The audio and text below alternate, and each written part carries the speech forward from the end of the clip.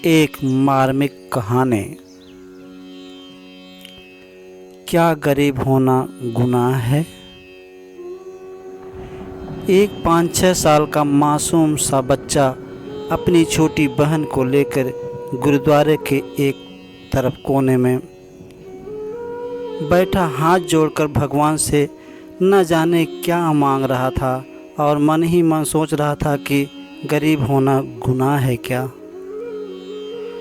कपड़े में मैल लगा हुआ था मगर निहायत साफ उसके नन्हे नन्हे से गाल आंसुओं से भीग चुके थे। बहुत लोग उसकी तरफ आकर्षित थे और वह बिल्कुल अनजान अपने भगवान से बातों में लगा हुआ था। जैसे ही वह उठा, एक अजनबी ने बढ़ के उसका नन्हा सा हाथ पकड़ा और पूछा, क्या मांगा भगवान से? उसने कहा, मेरे पापा मर गए हैं, उनके लिए स्वर्ग मांगा। मेरी माँ रोती रहती है, उसके लिए सब्र मांगा। और मेरी बहन माँ से कपड़े सामान मांगती है, उसके लिए पैसे मांगा। तुम स्कूल जाते हो? अजनबी का सवाल स्वाभाविक सा सवाल था। हाँ जाता हूँ, उसने कहा। किस क्लास में पढ़ते हो? अजनबी ने पूछा। अजनबी ने पूछा, नहीं अंकल, पढ़ने नहीं जाता। माँ चने बना देती है, वह स्कूल के बच्चों को बेचता हूँ। बहुत सारे बच्चे मुझसे चने खरीदते हैं। हमारा यही काम धंधा है। बच्चे का एक एक शब्द मेरी रूह में उतर रहा था। तुम्हारा कोई रिश्तेदार? न चाहते हुए भी अजनबी ने बच्चे से पूछ बैठा। पता नहीं, माँ कहती है गरीब का कोई रिश्तेदार नहीं होता है।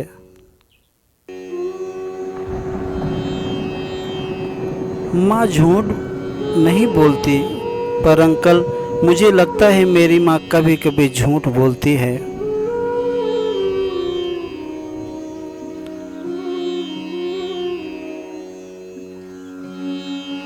जब हम खाना खाते हैं हमें देखती रहती है।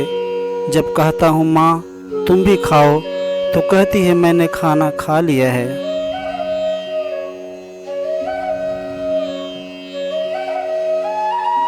उस समय लगता है झूठ बोलती है। बेटा, अगर तुम्हारे घर का खर्च मिल जाए तो पढ़ाई करोगे? बिल्कुल नहीं। क्यों?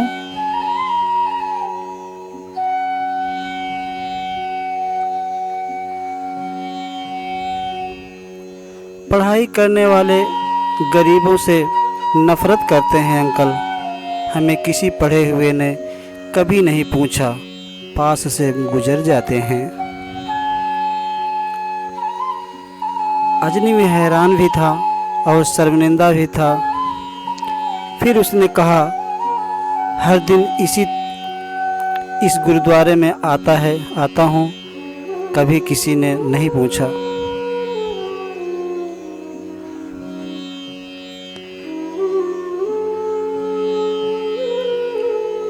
यहाँ सब आने वाले मेरे पिताजी को जानते थे, मगर हमें कोई नहीं जानता।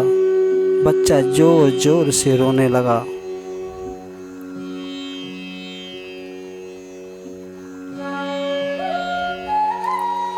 अंकल, जब बाप मर जाता है तो सब अजनबी क्यों हो जाते हैं? उनके पास उतना कोई जवाब नहीं था।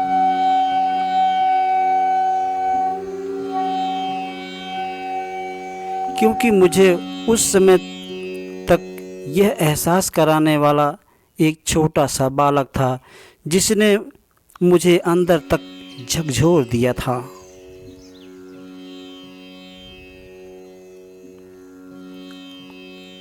और मेरे मन में केवल एक ही प्रश्न बार बार उठता रहा कि सच में गरीब होना गुनाह है क्या?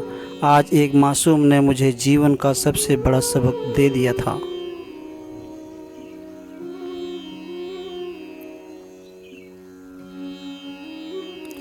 शायद कभी कभी ईश्वर इस तरह के दूत हमारे पास भेजते हैं ताकि हम आत्मचिंतन करके समाज के कल्याण की भावना की ओर अग्रसर हो सकें।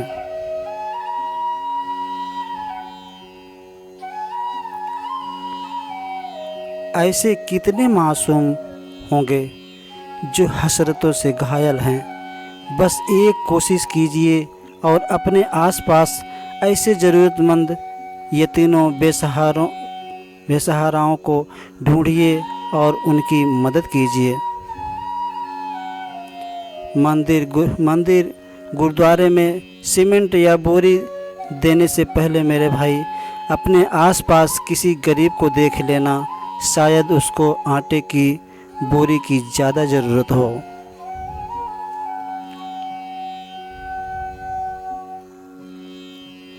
यही दरिया दिली आपको एक अच्छा इंसान बनने में मदद करेगी। तभी हम एक बेहतर समाज और देश की परिभाषा को साकार कर सकते हैं।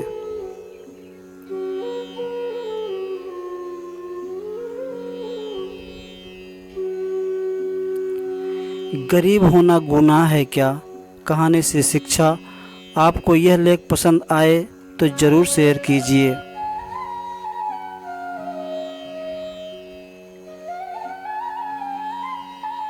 शायद इस पोस्ट को पढ़कर कोई देवता इंसान ऐसे लोगों को मदद करे जो ऐसे लोगों को जीवन की एक नई आशा दे।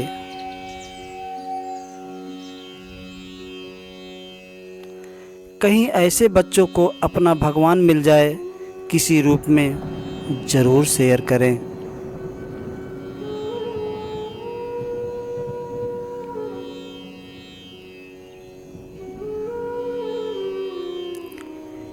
निवेदन, स्वयं में व समाज में बदलाव लाने का प्रयास जारी रखें, तभी मैं अपना यह पोस्ट सार्थक समझूंगा।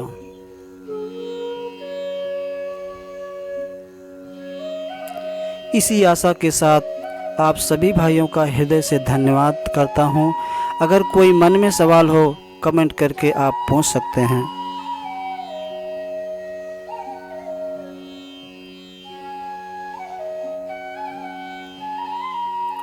धन्यवाद दोस्तों।